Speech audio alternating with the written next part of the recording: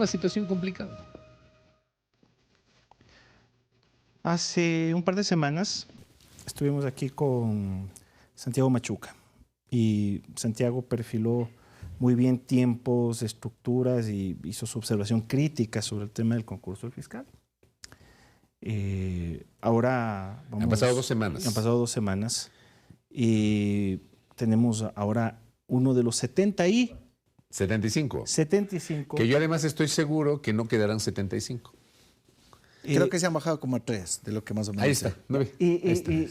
Doctor Argüello, usted Oye, está en pero este te interrumpa. ¿Es Joselito o Joselo? Joselito, O sea, en su cédula le dice Joselito. Joselito, Fabricio. No es que usted se hace llamar Joselito. Joselito. Allá. Mi padre me puso ese nombre. A sus padres les gustaba la cultura española. Torero, imagino. Claro, había un torero llamado Joselito, muy famoso en el tiempo en que mi padre. Pero no es que usted se hace llamar Joselito. No, Joselito.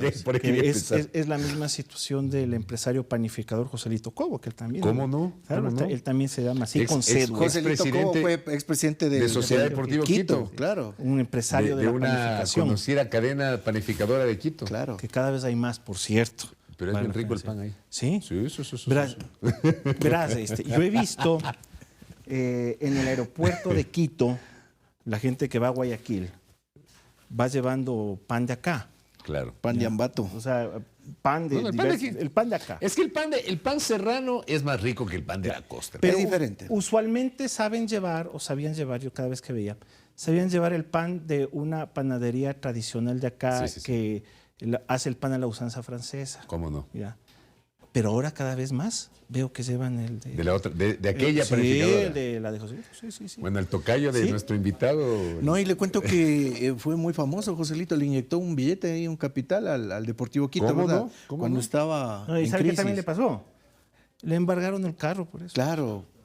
¿Vos no supiste esa? No, sí tuvo un problema bien grande. No, esa fue tenaz. Había una deuda de Deportivo Quito y como él era el representante legal, un depositario judicial fue a llevársele un carro de alta gama que tenía parqueado, fue a la panadería.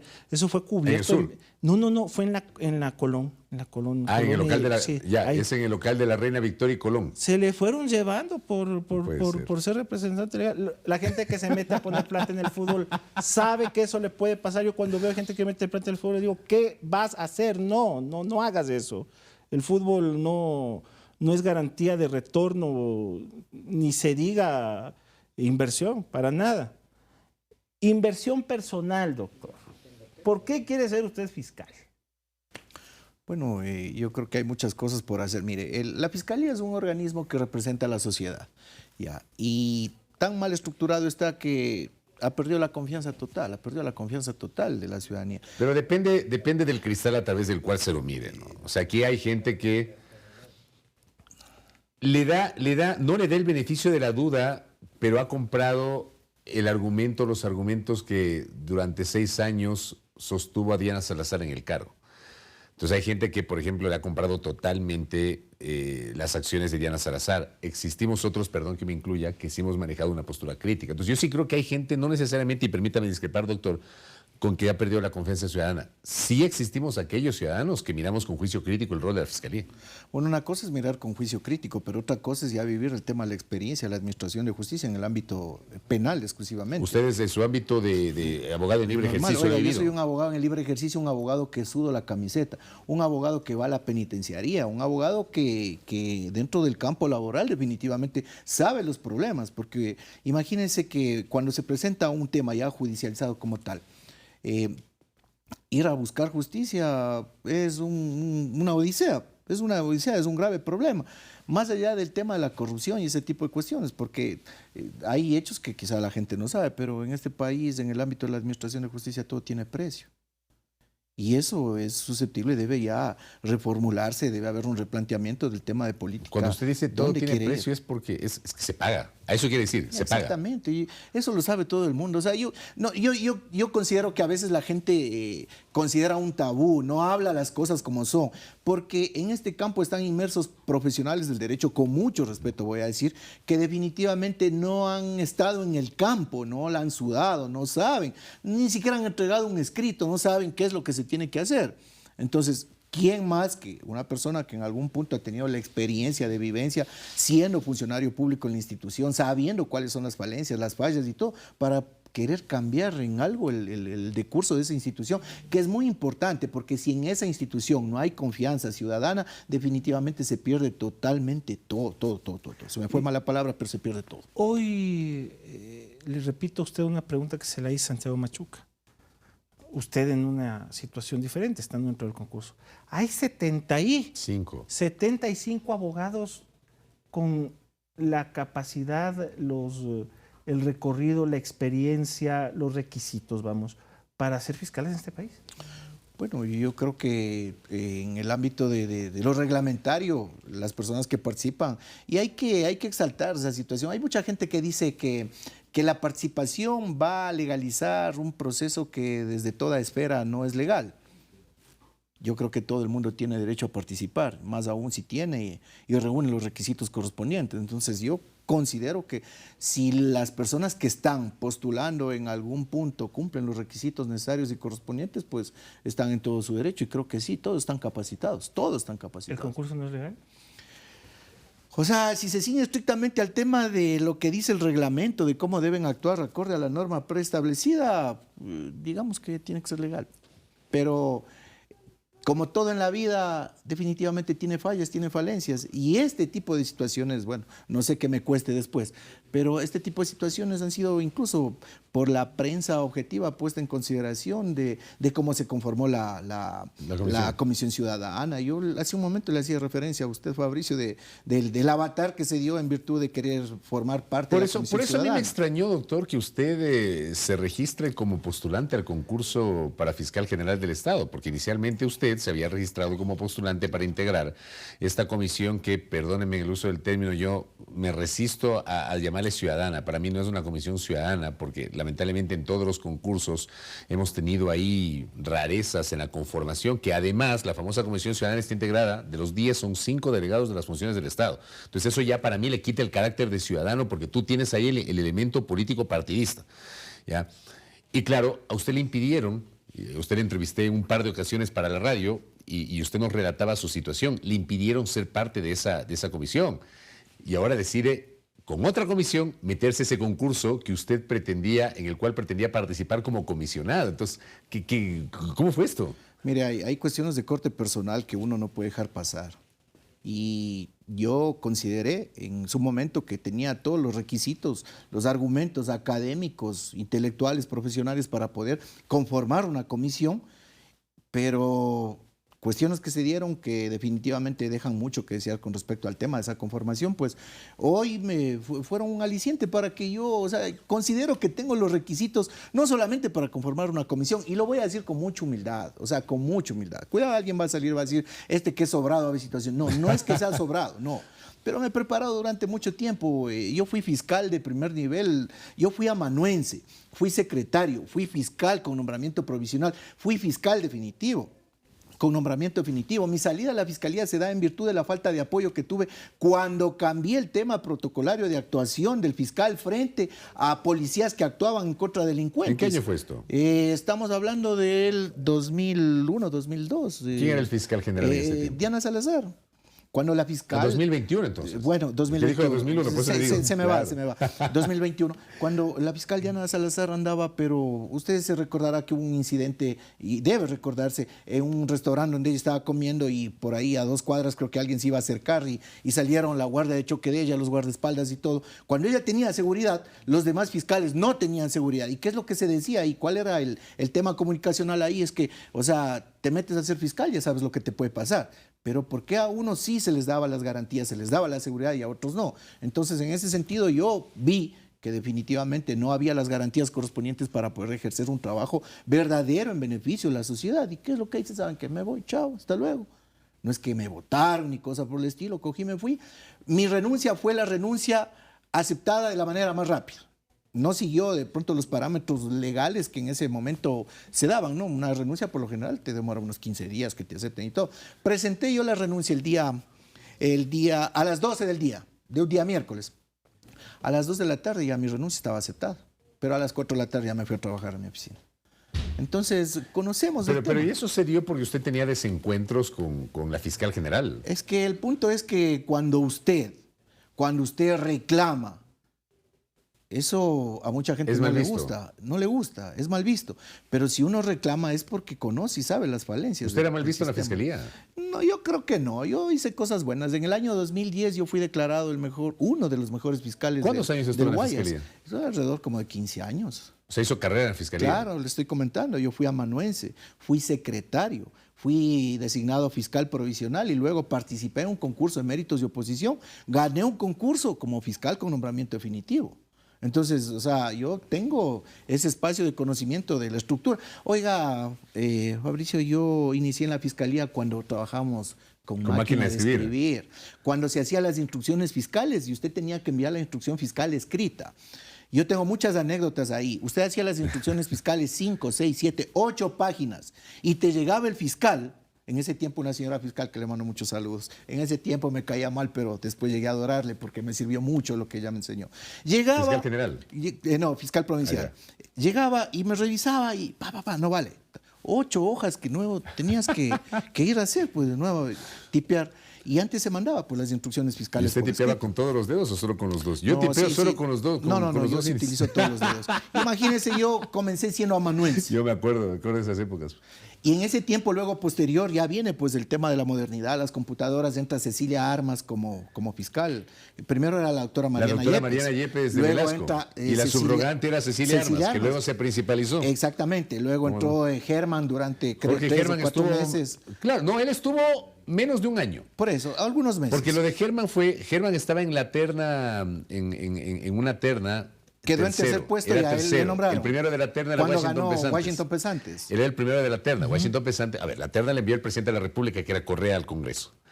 Entonces, en el Congreso hubo una movida con los de Sociedad Patriótica y el PRIAN y eligen al tercero, que era el doctor Jorge Germán, claro, que duró hasta el fines de noviembre del 2007, cuando vino la Constituyente. La Constituyente ahí. Y ahí dejaron sin efecto el nombramiento de Germán y nombran provisionalmente a Washington Pesantes. Pero en virtud de los méritos, porque él fue el que ganó el concurso.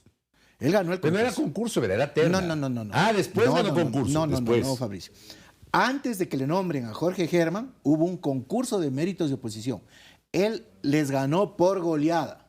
Ya. De ese concurso salen 3. Y ahí va la terna a la Asamblea, al Congreso. Correcto. Ya. Correcto. Entonces, el doctor Pesantes primero, segundo, no me acuerdo quién, pero sí, Jorge Germán era el tercero. Entonces, va a la terna, a la Asamblea, y la Asamblea, venga para acá, le cogen a Jorge Germán. El doctor Pesantes, ¿qué es la vida? Fue una de las mejores administraciones que hubo en el campo del tema de la representación social en la Fiscalía, lo digo yo, no sé si usted difiere. No, o sea, puedo diferir en algunas cosas, pero era un fiscal un poco político, ¿no?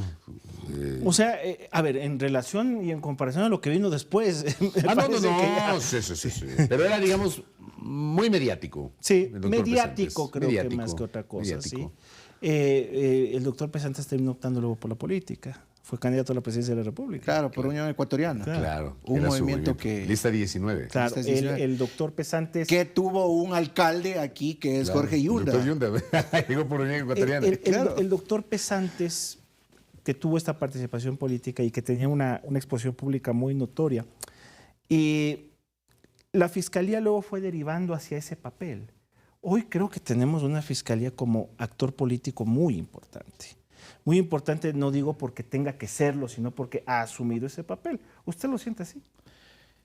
O sea, yo podría decirle que en algún punto hay influencia política. Y si usted considera también eso como un actor político en ese punto... O sea, la influencia política que ejerce Fiscalía, sobre todo, y hay que decirlo, a partir del protagonismo que la doctora Salazar fue alcanzando, en casos que iban perfilando cada vez más la realidad que vive ahora el país. Una realidad que se vino deteriorando en el tema seguridad, en el tema influencia del crimen organizado, con una rapidez que creo nosotros nunca estuvimos preparados para que eso suceda. Lo que pasa es que hay que tomarlo en cuenta yo también como sociedad, ¿no? Y no sé desde el ejercicio del derecho. Pero el punto es que nosotros jamás habíamos experimentado ese tipo de conductas delictuales. no nos olvidemos que esas conductas que están ahorita plasmándose, replicándose, son conductas de otros lados. El tema de la migración aquí también influyó bastante porque esas conductas fueron traídas por gente de otro lado. No es que estoy hablando mal de la gente que ha migrado ni cosa por el estilo, ¿no? Pero definitivamente antes teníamos otra cultura quizás delictual, una cultura delictual más suave, podría decirse. Digamos que aquí ha habido delincuencia común. Exactamente. Y hoy tenemos crimen organizado. Delincuencia organizada. Y es que como todo en lo social, pues, o sea, va evolucionando el tema, pero ¿para qué? Hoy por hoy la Fiscalía también ha creado las unidades especiales de lucha de pronto contra la delincuencia organizada transnacional e internacional. También ha creado las fiscalías especializadas en investigaciones de delitos de corrupción. O sea, que esos son los delitos que más daño le hacen, pues, a la ciudadanía. Oiga, doctor, pero, por ejemplo, yo he tenido una postura muy crítica respecto del rol de la Fiscalía como actor político, que bien lo menciona Esteban. A mí me hace un ruido tremendo y está clarísimo que la Fiscalía, lamentablemente, acelera determinados procesos con base en la coyuntura, la mediatización, la influencia del poder político de turno. No sé, en este momento tiene usted casos como AAA o caso Goliat y no se trata de defender a Aquiles Álvarez de modo alguno. No va por ahí la cosa, sino que hay una velocidad impresionante para esos casos versus, por ejemplo, no sé, el caso Progen. El último allanamiento del caso Progen ocurrió en julio del año 2025 y estamos en la tercera semana de marzo del 2026 y ese caso no se mueve. O me voy más atrás. El famoso caso INA Papers que luego la Fiscalía le llamó Sinohidro. ¿Esperaron que Lenín Moreno salga del cargo para activar ese proceso? Cuya denuncia empezó en 2019. Han pasado 7 años desde que se presentó la primera denuncia y ese caso no se mueve. Entonces, ¿cómo es que la Fiscalía mueve con mucha celeridad ciertos casos y en otros, en cambio, le deja ahí? Bueno, ahí hay que establecer algo que también es fundamental y es el hecho de que en algún punto, y esto es de conocimiento público, ¿no? Hay una aplicación de una justicia de corte selectiva. Y aquí, en el marco de pronto de la investigación, como usted dice, hay celeridad para ciertos procesos y de pronto el sueño eterno para otros. No nos olvidemos que en el campo también del derecho, del litigio, porque la Fiscalía litiga, es un actor que definitivamente es una parte procesal. Se juegan muchas situaciones. Con el paso del tiempo no es que pasa de gana, porque habrá de pronto temas que ya en el momento en que se judicialicen en última instancia, en último recurso, habrá pasado un espacio de tiempo y alguien va a tocar la puerta y va a decir, hey, sí está bien, pero ya pasó el tiempo, pues prescribió la causa o de situación. Todo ese tipo de factores son los que juegan dentro de la realización de un proceso penal. Entonces, nada es porque sí. Todo tiene su significado, todo tiene su sentido y tiene su bemol. Entonces, yo creo que es muy importante hoy el papel que debe tener un fiscal general porque debe brindar la confianza que la ciudadanía necesita, que la ciudadanía quiere. Porque esto se da en lo grande y también se da en lo pequeño. Y mire, ¿qué es lo que pasa con aquellos que son judicializados en el ámbito penal cuando tienen un desliz normativo por un robo, de pronto por una estafa o de situaciones? A ellos les cae más rápido el tema de la ley, pero aquellos que han causado perjuicio total al Estado, a todos, a cada uno de nosotros como ciudadanos que aportamos, que pagamos nuestros impuestos, a ellos en algún punto no les pasa nada. Y usted ha hecho una clara referencia. ¿Qué pasa con el tema Progen? Yo creo que hay que darle celeridad a esos temas a todos, porque en el marco constitucional el principio de igualdad formal ante la ley hace que usted, incluso para el tema de una investigación, sea en el marco de la seguridad jurídica también sea un actor sobre el cual cae la normativa acorde a los tiempos y a los plazos. Pero eso es lo que no sucede. Ahora, usted ha tocado un punto que a mí me parece importante, porque cuando hablamos de fiscalía se nos vienen los casos grandes. Claro. Goleada, AAA, Progen, etcétera, etcétera, etcétera. Pero la fiscalía ya en contacto con el ciudadano común víctima, o con el ciudadano común que, como usted menciona, me gustaba este término, desliz normativo. Lo voy a aplicar ese término. Desliz normativo. Lo voy a aplicar ese término. El ciudadano común ¿Cómo se está relacionando hoy con la Fiscalía y qué tiene que evolucionar en esa relación? Bueno, yo creo que hay que cambiar el tema del marco, el enrumbamiento de la política, cómo se va a conducir la Fiscalía. Porque si seguimos actuando de la misma manera, los únicos perjudicados son el contexto social, somos los ciudadanos de a pie, aquellos que vamos buscando justicia y que estamos al libre albedrío de quién tiene la obligación de representarnos de manera legal, en este caso los fiscales de primera instancia, fiscales provinciales, el fiscal general del Estado. Entonces, hay un grave problema y este grave problema se da porque el accionar de representación social está politizado. ¿Qué significa ese término, el accionar de representación social? La Fiscalía representa a la sociedad. Para la Fiscalía no debe contar el tema político, no debe contar un tema institucional más allá de las acciones y las facultades que tiene frente a la sociedad. ¿Cuál es tu función? Representar a la sociedad, representar a la víctima y garantizar la aplicación de los derechos tanto de la víctima como de la persona que en este caso se considera victimario, ¿no es cierto? Someterle a un proceso penal. Lo que yo digo, o sea, la Fiscalía no tiene que centrarse en ese rol acusador total. ¿Por qué? Porque si bien es cierto, el sistema es oral acusatorio, tampoco es menos cierto que no todas las personas que son sometidas a un proceso penal son culpables. Pues. Al proceso penal se someten inocentes y culpables, pero tomando en consideración que este proceso tiene la aplicación de principios procesales que en primera instancia, ¿qué te garantiza? ¿Qué te garantiza en primera instancia? Que tú eres inocente hasta que una sentencia ejecutoriada se demuestre lo contrario. Es una máxima universal. Es una máxima universal, pero que aquí no se aplica. Pues, porque aquí primero aquí todos somos culpables aquí hasta que no demostremos. Aquí hay que demostrar la inocencia. Espérate, encima uno es culpable y uno tiene que demostrar que es inocente. Exacto. Cuando la máxima es que el que le acusa a uno tiene que demostrar que uno es culpable. Es que ese es el grave problema, Fabricio, de la reversión de la carga de la prueba en virtud de esta mala concepción del sistema oral acusatorio. Los fiscales creen, con mucho cariño, mucho respeto, los fiscales, la mayoría, creen que porque el sistema es oral acusatorio, a todo el mundo hay que acusar. Y no es así. La normativa constitucional y legal determina que usted, como fiscal, debe actuar con objetividad. ¿Y qué es la objetividad? Es el hecho de definitivamente actuar tal y cual como se debe, ¿no es cierto? Valoras los elementos de convicción de cargo, valoras elementos de convicción de descargo y pones a consideración de un tercero que es imparcial, que es el juez. Yo siempre digo algo que es muy importante, mire, en este país, para que las cosas vayan bien, un ejemplo, si el diablo por buena o mala suerte cae aquí en Ecuador y tiene un problema legal, tiene que ir un abogado a defenderle al diablo. Y ese abogado no puede ser de pronto juzgado o criticado porque está defendiendo al diablo. A ese abogado le deben criticar por los medios que utiliza para defender al diablo. Pero a ese diablo hay que garantizarle ¿qué? Dos cosas primordiales. Primero, un debido proceso. Y segundo, garantizarle el derecho a la defensa. ¿Por qué? Porque solamente ahí, en el marco de acción de una sociedad civilizada, si se llega a determinar que el diablo es culpable, el máximo de la pena convengo y te pongo. Pero si llega a determinar que el diablo es inocente, definitivamente hay que reconocerle ese derecho. Pero eso no hace la Fiscalía. Pero es que eso debe hacerse, pues, porque si no, no vamos a cambiar. No sé si alguna vez hizo eso que usted está relatando y que suena lógico. Es decir, que luego de un proceso, siempre yo hablo del debido proceso, y si la Fiscalía no logra demostrar la culpabilidad de una persona, reconozca que efectivamente no es culpable y sugiera la emisión de un dictamen abstentivo, que no siempre pasa.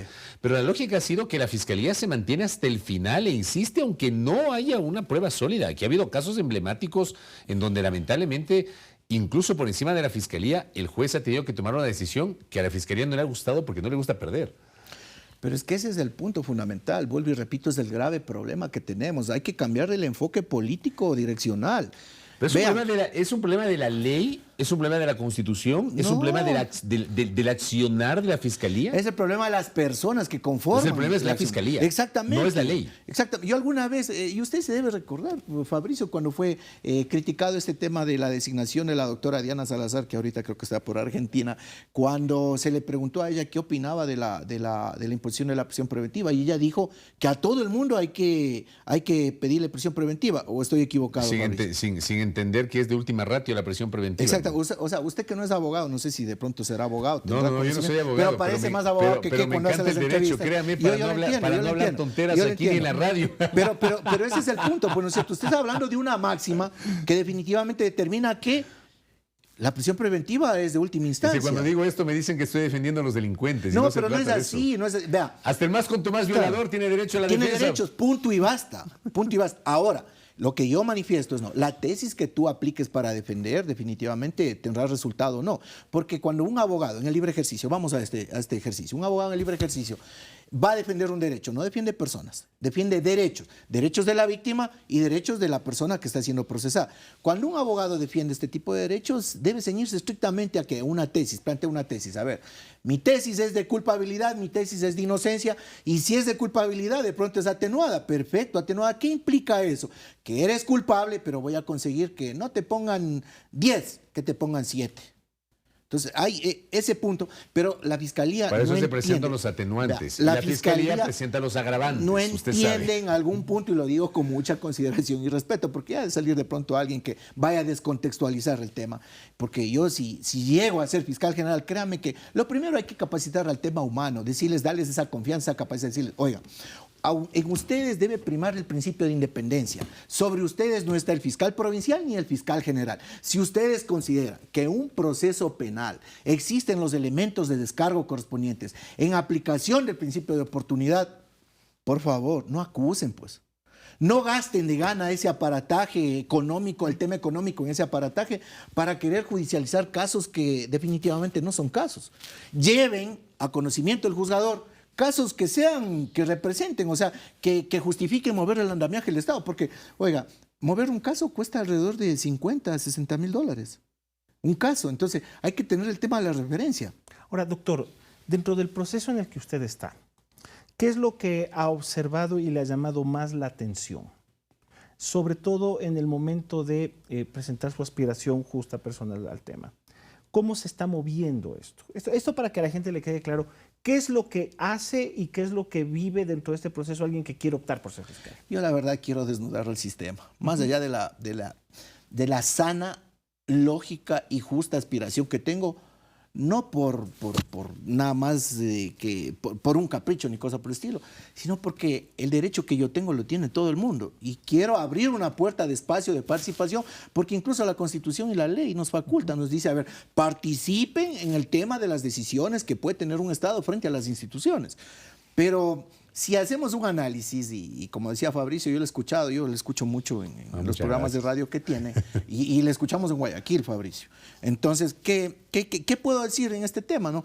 Se ha conformado una comisión de selección que, si bien es cierto, dentro del marco de méritos, del marco académico, no voy a ser explícito, ¿no? Ya acá quién sabe cómo se conformó, pero esperemos que esto, ceñido a los parámetros disciplinarios, normativos, legales, nos arroje un resultado que vaya a que la ciudadanía emita una opinión y diga, bueno, no fueron al 100, pero por lo menos llegaron al 90, ¿no? Y quien quede como fiscal general tenga el goce, tenga el aprecio, tenga el respeto, no solamente de aquella comisión que en algún punto puede darle el tema de la designación, sino de la ciudadanía en general, para que la ciudadanía tenga esa confianza y diga, bueno, con una ética pública de actuación, creo que va a dar el ejemplo a los fiscales de primer nivel y creo que va a pasar lo que estamos hablando ahorita, ¿no? Este tema de capacitar el elemento humano y decirles, mire,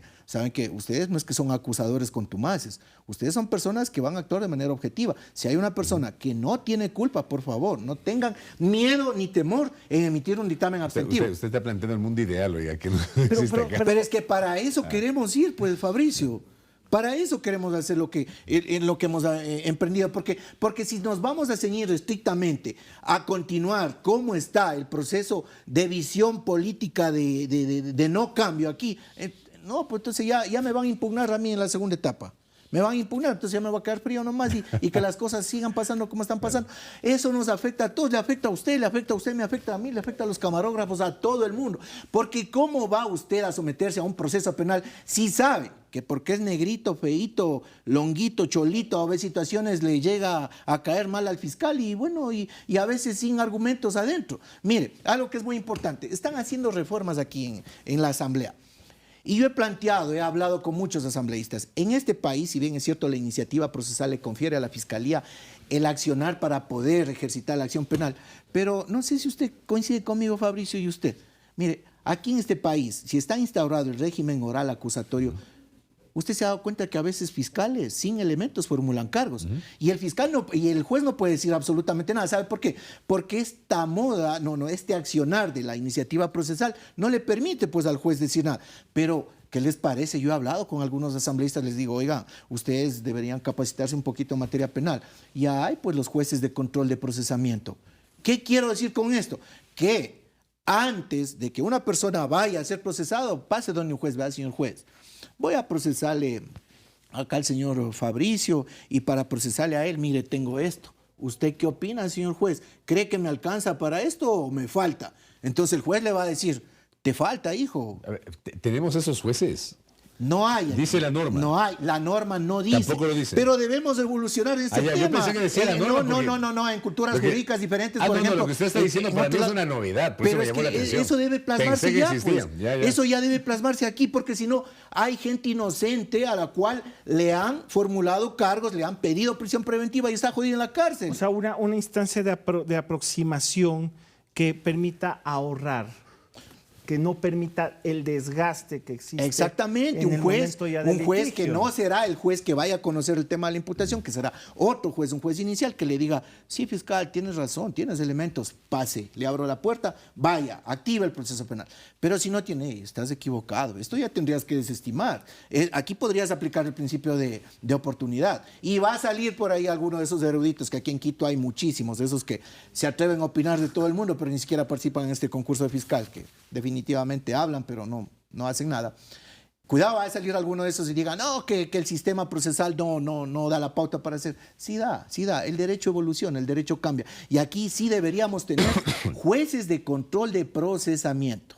Y eso no lo tenemos. Porque si tuviéramos esos jueces, no se cometiera un poco de ilegalidades que se cometen aquí en el país. ¿Usted siente, tú también, Fabricio, el gobierno tiene candidato para fiscal? Pero claro. Pregúntele a Fabricio. Pero claro. Y ahí sí no va a decir nada porque me voy a... No, es que usted no puede decir eso. No puedo decir nada. Usted no puede decir claro. eso. Yo sí puedo decirlo porque yo no soy candidato fiscal. Pero ya lo está diciendo, pues. ¿Ah? No, yo no he dicho nada. No descontextualice el tema. Pero verás, yo quiero ir un poco más allá. Yo sostengo que el candidato del gobierno no es Pipo de la Gasca. Yo sostengo que el candidato del gobierno es el fiscal subrogante del subrogante, que es el doctor Alarcón. ¿Por qué digo subrogante del subrogante? Porque el subrogante es el doctor Toainga y el doctor Alarcón es el subrogante del subrogante. Pero el doctor de la Gasca también tiene... Sí, pero... Patrocinio... No sé pero si tiene el beneplácito. Yo tengo de algún sector referencias político. de un sector, pero tengo referencias de que hay otro sector ahí en el entorno presidencial que no lo... No, pero ojo, no te digo que de la Gasca no del sector oficial, sino de otros sectores eso sí. a los cuales el oficialismo los puede tener funcionales. Pero mira, ¿no? hay un tema que yo observé la semana anterior en un comentario que hice en la radio, y qué bueno, por ejemplo, coincidir en el camino, sin habernos leído todavía ni escuchado con Santiago Basabe. Yo luego me chateé con Santiago Basabe y le dije, doctor, usted opina igualito que yo. Me dice, no te había escuchado. ¿Qué te dice la norma? La norma dice que el fiscal, tú ejerces la fiscalía una sola vez en tu vida. 6 años y se acabó, no hay chance de reelección. A diferencia de lo que pasa con el Contralor General del Estado, por mencionar un ejemplo, que sí tiene chance de reelección. Entonces no tienes chance de reelección en el ámbito de la Fiscalía. Entonces para mí esa es una virtud de la norma. Pero ¿qué es lo que pasa? Hoy tienes un fiscal subrogante que como no es titular, está participando en el proceso. Para mí él ya está teniendo una ventaja. ¿Por qué? Porque él sigue en funciones. Y perdóname, aquí lamentablemente estos procesos están atados al comportamiento de la política, al poder político de turno, etcétera. Probablemente está haciendo puntos, digamos, para poder ser ungido como fiscal titular. Tienes otro ejemplo, la doctora Daniela Camacho, y no es una crítica a la doctora Daniela Camacho, es una crítica a ella en lo personal, pero ella es jueza de la Corte Nacional de Justicia. Y esta semana nomás está conociendo un caso de interés mediático y político que es el caso Ligados. No sé si ha escuchado el caso Ligados. Están metidos ahí los ex consejeros del Consejo de Participación Ciudadana y Control Social. ¿Ya? Ella está conociendo un caso que tiene un impacto político mediático y es candidata para la fiscalía. Entonces, a mí me parece eso que es por lo menos irregular. Porque en los dos ejemplos que te planteo, yo sí creo que tenían que haber dado un paso. Pero ilegal no es. No es ilegal. Ya, es que pero termina siendo cuestionable. Es un tema cuestionable. Pero es un tema que está muy adherido a la cultura. Es que no está bien. A la cultura de los órganos de control, de los órganos de poder, de los órganos rectores. Y el problema es que no todos se dan cuenta, no todos observan eso que te estoy planteando. Pero es que sabes que hay una cuestión. Esos son temas ya hablo de delicadeza, que ya es una virtud personal. O sea, es una cuestión de virtud personal, pero aquí parece que los límites no existen. Oye, hermano, este es un país donde no hay límites. Para irnos un poco más lejos hablando de delicadeza, tú recordarás que hubo un vicepresidente de Uruguay, no me acuerdo si era vicepresidente de Tabaré Vázquez o de Mujica, que renunció con la sola referencia de un problema con una tarjeta de crédito. ¿Te acuerdas? La sola referencia. Aquí, hermano, hay el mega escándalo y hablan de persecución política. No hay delicadeza, hermano. No existe. Es un tema de delicadeza. Perdóname. Que es una virtud ya personal. Contigo. No es algo que esté normal. Hay momentos en los cuales tienes que dar un paso al costado. Mire, yo creo que este es un problema más allá de lo que ustedes han anunciado de ética pública. Aquí se cree que el tema ético solamente está conferido para el ciudadano de a pie, para usted, para mí, para el camarógrafo. No, es un tema de ética pública, digo yo, porque los funcionarios públicos deben regirse bajo esos parámetros. Como usted dice, un pequeño escándalo, una tarjeta de crédito, renuncia. ¿Y qué pasa en países de Europa como Suecia? Bueno, le nombro Suecia, algunos países usted sabe más que yo. Que ha habido escándalos tan ínfimos, tan pequeños, una foto mal puesta, un comentario mal dicho, definitivamente. Pero aquí se ha normalizado, se ha institucionalizado el tema y la muletilla es persecución política o el tema es político. A veces, y además juegan con a la memoria corta, ¿no? Del ecuatoriano. Cambian la narrativa y hacen gala y muy bien del hecho de sacar ventajas del tema de las desventajas. Entonces, lo que vivimos aquí en este momento, yo siempre digo, también hemos perdido la capacidad de asombro, porque ahora ya lo que antes era anormal, hoy por hoy es normal. Es común, es normal y todo el mundo se maneja bajo esa espera. Entonces, yo creo que ya es hora, pero definitivamente si hay actores sociales que no se ciñen con su comportamiento, con su participación a querer cambiar esto, no va a cambiar. Ya todo está institucionalizado. Ya los concursos se tornan meramente políticos y ahora en vez de prepararte, yo sé que hay gente que va a tocar la puerta, va a buscar el favor político, la anuencia de cierto sector y eso ya en el ámbito de la meritocracia definitivamente estamos fulminados. Usted dijo una frase que a mí me llamó mucho la atención. Desnudar el sistema. Eso no quieren hacer. ¿Usted cómo está en esta instancia, en este momento del concurso? En fin, ¿cómo ha podido desnudar al sistema? ¿Cómo ha sentido usted que lo ha desnudado, si es que así ha sido? Bueno, por hoy, en este momento estamos en esa línea, en ese camino, y vamos a ver, pues, con qué nos salen. Hacía referencia inicialmente cuando conversábamos de algo muy risible, que era cuando estábamos participando en el tema de conformar la Comisión Ciudadana, de que el Consejo de Participación Ciudadana dice que se manifestó que no había sido presentada una contestación. Les demostramos con documentos que sí. El juez de la acción de protección que presentamos dijo que era improcedente, pero que él determina que se ha cometido un delito y que se tiene que investigar la conducta del Consejo de Participación Ciudadana. Estamos esperando. Entonces, ese mismo tema que no sé si se dé en el decurso de pronto este concurso, ese tema va encaminado con mi accionar de pronto a desnudar no sé si las falencias, pero las cosas que no vayan ceñidas al tema de la normativa. ¿Es el sistema ideal para elegir un fiscal? Si a mí me preguntas, sí. No. Yo no creo en los concursos. O sea, lo de los concursos suena bonito. Yo no creo en los concursos. ¿Y usted lo considera así? Es verdad, pero bueno, yo soy un poco utópico, oiga, y por eso se decidió mojar el poncho. Por eso le doy, no, es que yo, o sea, definitivamente considero que hay que hacer algo. Mire, yo soy una persona, yo fui un estudiante universitario que salió muy joven de mi tierra natal de Guaranda. Yo me fui a estudiar en Guayaquil. Yo me gradué en la Universidad de Guayaquil, en la Facultad de Jurisprudencia de la Universidad del Pueblo. Yo soy un hijo de la Universidad del Pueblo. Yo fui profesor de la Universidad de Guayaquil alrededor de 15 años, de la materia Código Penal, Código de Procedimiento Penal, después Práctica Penal, ¿sí? Entonces, ¿qué le puedo decir yo? Yo soy un tipo tan idealista que yo sé qué es lo que posiblemente puede pasar, pero no me quiero quedar con eso, Fabricio. Pero vea, dentro de lo idealista que señala usted, yo también tengo a ratos o quiero confiar a veces en el tema ideal, pero lamentablemente en el caso ecuatoriano, y perdón que lo diga y no es pesimismo, sino realismo, en el caso ecuatoriano, yo no he visto un concurso que no haya estado exento de la controversia. Hablando de la Fiscalía, a mí siempre me hará ruido, y no es una crítica personal a la doctora Salazar. Pero la doctora Salazar llegó a la prueba oral, ya, estoy hablando hace 7 años, en 2019, en el Pleno del Consejo de Participación Ciudadana y Control Social, ella no llegó encabezando el concurso. Ella creo que estaba tercera o cuarta.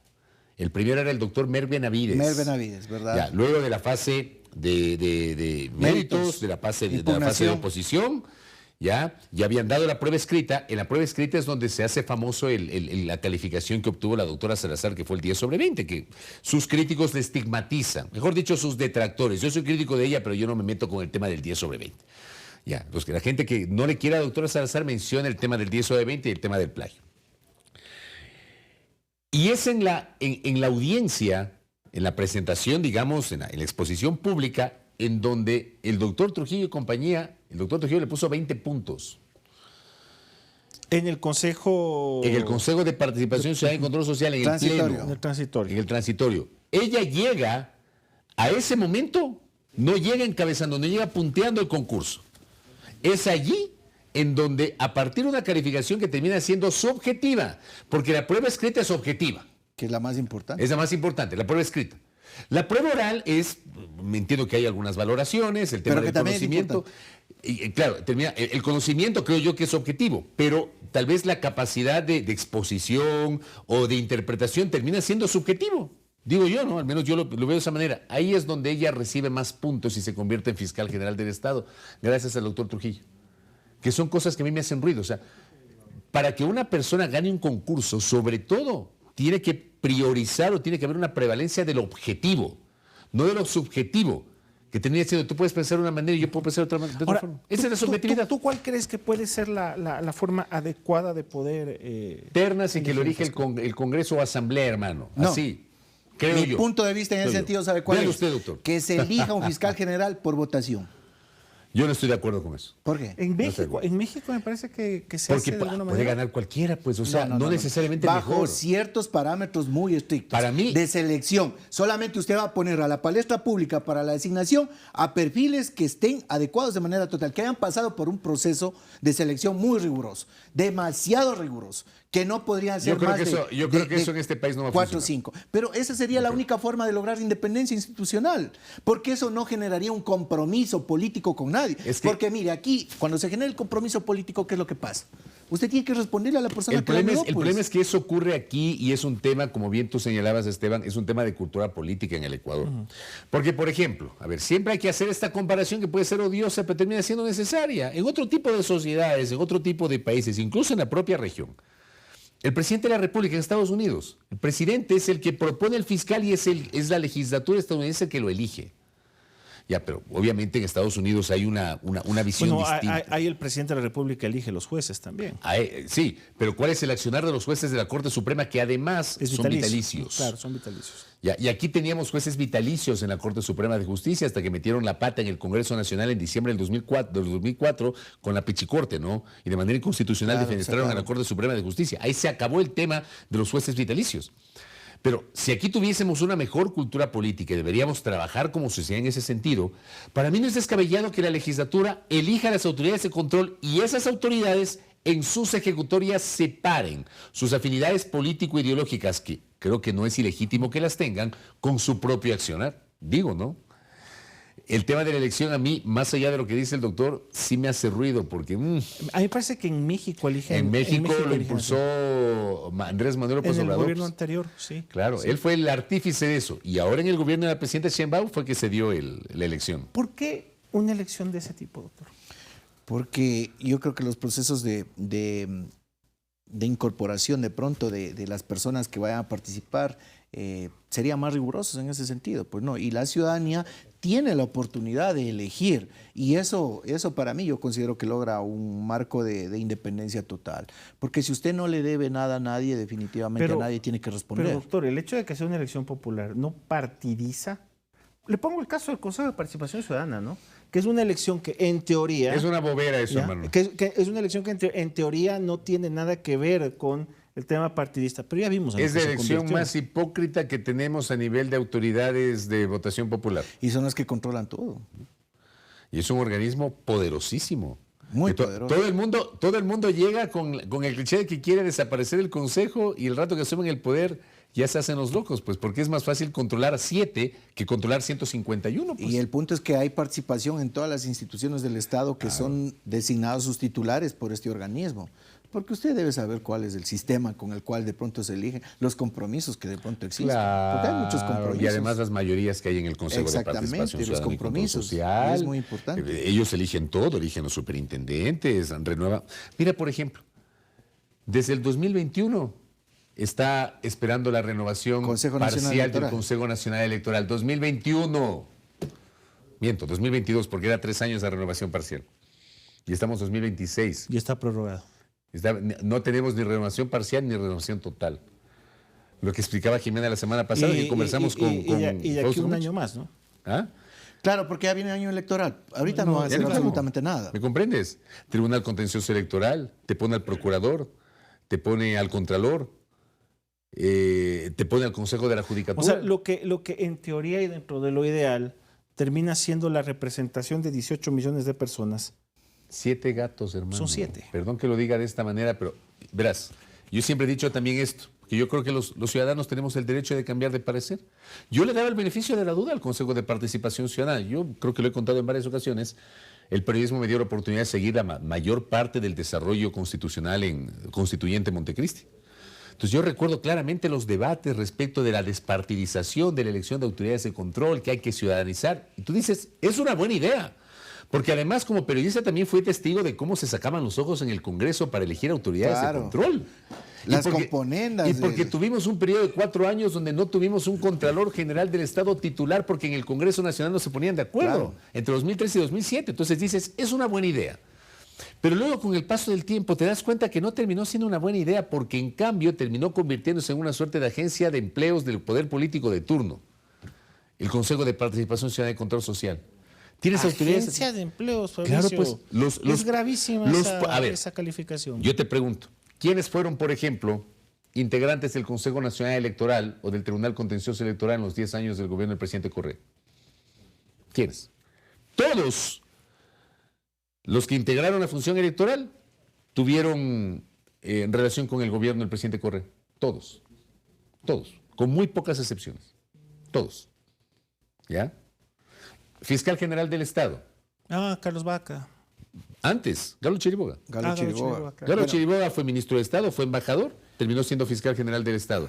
Doctor Carlos Vaca Mancheno, a quien en lo personal yo le tengo respeto y aprecio, pero el doctor Vaca Mancheno fue funcionario del gobierno del presidente Correa. Él lideró además la comisión del 30S. Terminó siendo fiscal general del Estado. ¿Me explico? Entonces, por eso yo le califico de esa manera. En su momento hice esa calificación. Yo ya no creo en esa institución. Esa institución tiene que desaparecer, no sirve para nada. Ahora, por ejemplo, lo que están haciendo con la vocal suplente del Consejo de la Judicatura, que es vergonzoso. No, pues eso no. Ha pasado un mes, y la doctora Villasís sigue teniendo un impedimento para ocupar un cargo público, pese a que ella ha demostrado que no tiene deuda con el SRI. Un mes. Eso te solucionan entre 24 y 48 horas cuando, digamos, pagas en línea o pides el certificado en línea en 2 días. Ha pasado un mes. Y otros se lo solucionaron. Un mes. En una tarde. Exactamente. Acuérdate tú. Entonces son cosas que no están bien. ¿Me cachas? Sí, absoluto. Y mira, siempre terminamos viendo cómo estos mecanismos entre sí terminan engranando y terminan funcionando única y exclusivamente para acrecentar el poder del poder. Y en este caso, en casos como los que van a seguir viniendo, en selección de autoridades y todo, los comportamientos son muy identificables. Pasó con Correa, pasó con Lasso, pasó con Moreno, pasó con Lasso, pasa con Noboa. Pero ¿Por qué menciona estos gobiernos? Porque el Consejo existe desde el gobierno Correa. Ahí también hay que analizar que este tipo de conductas generan impunidad en algún sentido. Mire, ahorita está en boga este tema de un incremento patrimonial de un consejero del Consejo de Participación Ciudadana y ¿Quién habla Social. de eso? Nadie dice nada. Ya, ese pero consejero si fuera que usted Pepito dice, Pihuave ya estuviera allanado. Ya, pero ¿qué cargo tiene ese consejero? Es el presidente del Consejo. Yo sería un irresponsable si yo digo que el presidente del Consejo efectivamente se ha enriquecido, porque para eso está en una investigación. Claro, exactamente. Pero hay una duda, y esa duda tiene que ser investigada. Pero también hay otros temas que ya son más puntuales y que están en la palestra pública. Por ejemplo, una consejera ahí tiene abierto unos procesos en fase de corte preprocesal por tráfico de influencias, incluso hasta por peculado, algo así. Usted debe Pero sí sabe por qué no se mueve nada en el caso de esa consejera. Pero es que eso no debe ser así. Correcto, es el deber ser, pero sí sabe por qué no se mueve. Porque esa consejera, doctor, y Esteban y amigos y amigas, esa consejera es el voto comodín del Consejo de Participación Ciudadana y Control Social. Esa consejera es el cuarto voto que se requiere para inclinar la balanza en uno en otro sentido.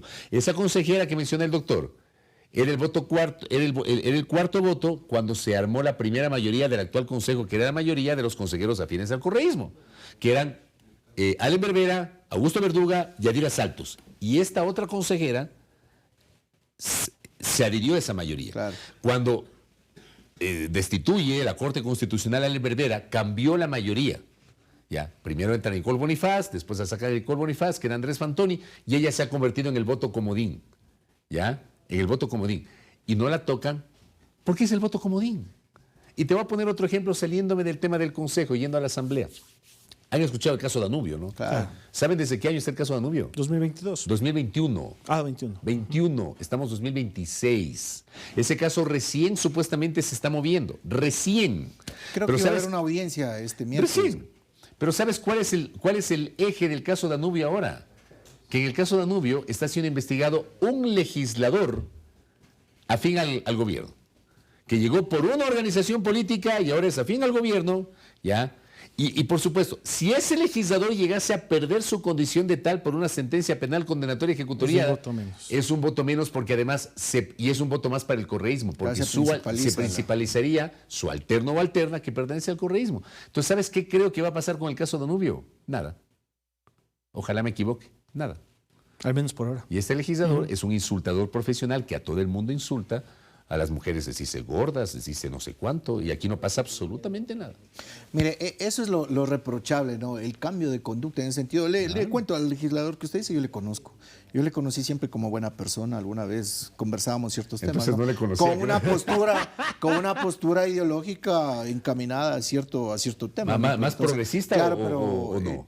Sí, un poco. No, es que ese es un caso bien interesante, ¿eh? Es un caso bien interesante, o sea, es un giro, pero tan rotundo, y no solamente un giro, digamos, en cuanto a postura, sino la expresión mediante comportamientos. El problema es ese, yo cuestiono sobre todo el comportamiento, porque sabes que es legítimo que él se defienda y que argumente, ¿ya? Y que responda a la crítica. Pero es la actitud y la forma de ser de insultar a todo el mundo con una prepotencia, una arrogancia, pero horrorosa. O sea, creyéndose el rey del mambo y que aquí va a imperar la impunidad. O sea, eso a mí me hace un ruido tremendo. Pero digo, ¿y la responsabilidad de quienes lo lanzaron a la palestra política? No estoy de acuerdo. No, eso. Sí, por supuesto. O sea, acá usted dice que lo conocía. Bueno, sí, pero ya eso de, bueno, como dice Fabricio, entonces no le conocía, ¿no? Pero, o sea, yo me quedo con lo último de él. Definitivamente no estoy, o sea, no puedo decir que no estoy al tanto de temas políticos, claro, todos los días estoy al tanto, pero definitivamente hay casos y casos. Y eso lo único que nos deja como lección es que la gente cuando tiene poder cambia. Punto. O tal vez no es que cambia, tal vez o fue así siempre. Se expone. Claro, se deveran como son, ¿no? Resulta que con como decía Rafael Ollarte, ¿no? Miligramo de poder pierden la cabeza. Resulta una cuestión muy interesante, digo yo, sobre todo desde el tema de cómo nuestros comportamientos y nuestras actitudes terminan influyendo no solamente en el debate político, sino ya en nuestro accionar. Si estamos ya, por ejemplo, dentro del Parlamento, dentro de las Cortes, dentro de estos órganos, cómo terminamos expresándonos a partir de nuestro desempeño. Y de nuestro desempeño depende mucha gente, ¿no? O sea, dependen decisiones básicas, fundamentales. Hay comportamientos de actores sociales, de actores políticos que no son aceptables, pero que siendo generalizados ya en algún punto no tienen una acción de retaliación por parte de la gente. O sea, ya normalizan el tema y ahora está bien que, discúlpenme, que te peguen una puteada hoy día y que mañana te estén alabando. Y eso es un tema que yo creo que definitivamente dice mucho de la persona, pero que hoy está normalizado como tal. Está normalizado. Normalizado como tal, y eso no creo que nos haga bien como sociedad, porque está perdiendo los valores. Mire, yo le digo, si hay una persona, como usted dice, Fabricio, puede cambiar uno de postura. Pero explique por qué cambia, no argumente. ¿Por qué cambias de postura? Y si tienes que defenderte, bueno, definitivamente también tienes que defenderte con argumentos. Exacto. Porque aquí hay que plantear tesis, defender argumentos. Totalmente de acuerdo. Y en la vida yo creo que también debe ser difícil, ¿no? Estar de este lado y luego mirarse como que también debes tener un poquito de consonancia con lo que dijiste y con lo que estás diciendo. Porque a mí sí me caería la cara de vergüenza en algún punto decir A o B cuestiones y luego decir otro tipo de temas. Lo que pasa, miren, en las redes sociales está todo claro. Cuando sale un político defendiendo de pronto una postura política y luego cuando escuchas que defiende otra postura política, ¿y qué mismo? ¿Qué es lo que pasa? Y se olvidan de la hemeroteca, pues, que está... se olvida. Pero ese es el punto, mire. Yo quisiera que usted me dé una opinión en ese sentido, Fabricio. O sea, que es tan fácil olvidarse. El tema de la conveniencia va más allá de los valores, porque yo, créame la verdad, si yo me declaro enemigo de alguien y le pego una puteada, definitivamente yo me mantengo en eso. Vea, solamente a propósito de lo que usted dice, en el ámbito nuestro, que es el ámbito del periodismo y de la comunicación, hay algunos ejemplos que no vale la pena, la gente los juzgará, pero que un día comulgaban, vamos a suponer, con la visión del centro hacia la izquierda, ¿no? Y de pronto, por arte de magia, el día siguiente son más conservadores y más derechosos que, no sé, que Vox. Es que verás que nada más humano que la contradicción también, ¿no?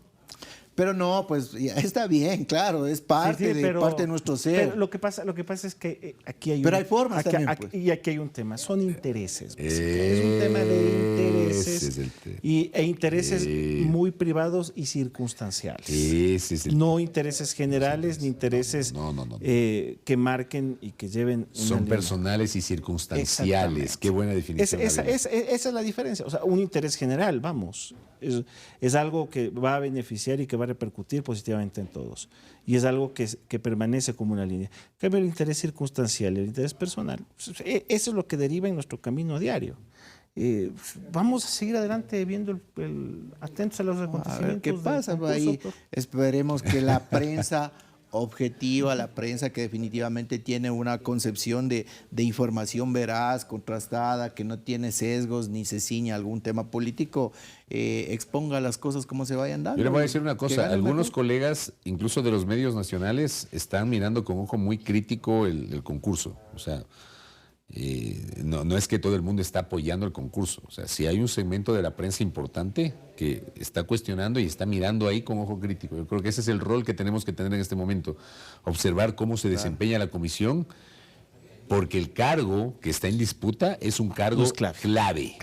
Más importante que el cargo de presidente de la República. Yo creo que en este contexto debe ser el cargo más importante de ese y el contralor. Son los cargos, desde mi punto de vista, más importantes de los organismos de control de este país. Vamos a estar atentos, doctor. Gracias por la invitación. Saludos a toda la gente que nos ve.